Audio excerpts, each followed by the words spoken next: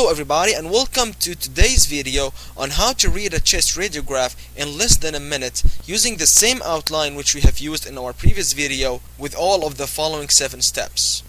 Alright, so let's do this. So here's our patient's history. We have a 30 years old male presenting with 3 days history of cough, fever, and shortness of breath. And this is the chest radiograph of the patient taken. And one more point before we start, please step 1 meter backwards first and have a general look, scrutinizing all over the chest radiograph in a few seconds before commenting on anything. So let's start the countdown with 3, 2, 1.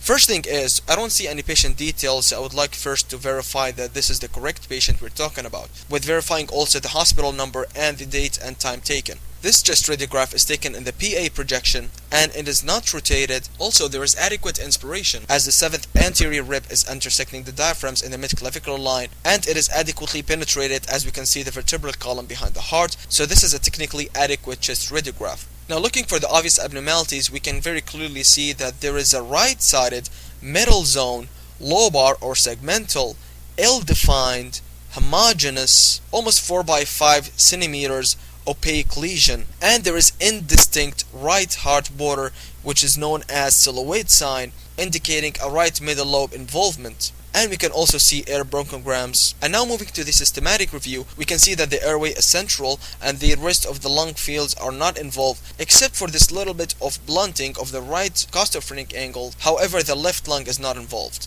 Now, commenting the heart, there is no obvious cardiomegaly. However, it's not too accurate to comment on the heart size because of the silhouette sign. Both of the diaphragms look normal and there's no air under the diaphragms, and there are no bony involvements anywhere, and the subcutaneous tissues look normal, and there are no foreign bodies, lines, or tubes. And finally, to summarize, we certainly need further clinical assessment, including a physical examination and a blood sample taken, at least to run some basic investigations. But nevertheless, with the history mentioned, this is almost certainly a right middle lobe pneumonia requiring antibiotic treatment and a possible hospital admission based on the CURB 65 criteria. And of course, it would be fantastic to have a look at any previous chest radiographs. Great, that wasn't complicated, was it? But I guess it was too fast. And it took about 1.5 minutes. I guess I should have named the video as how to read in less than 2 minutes instead of 1 minute.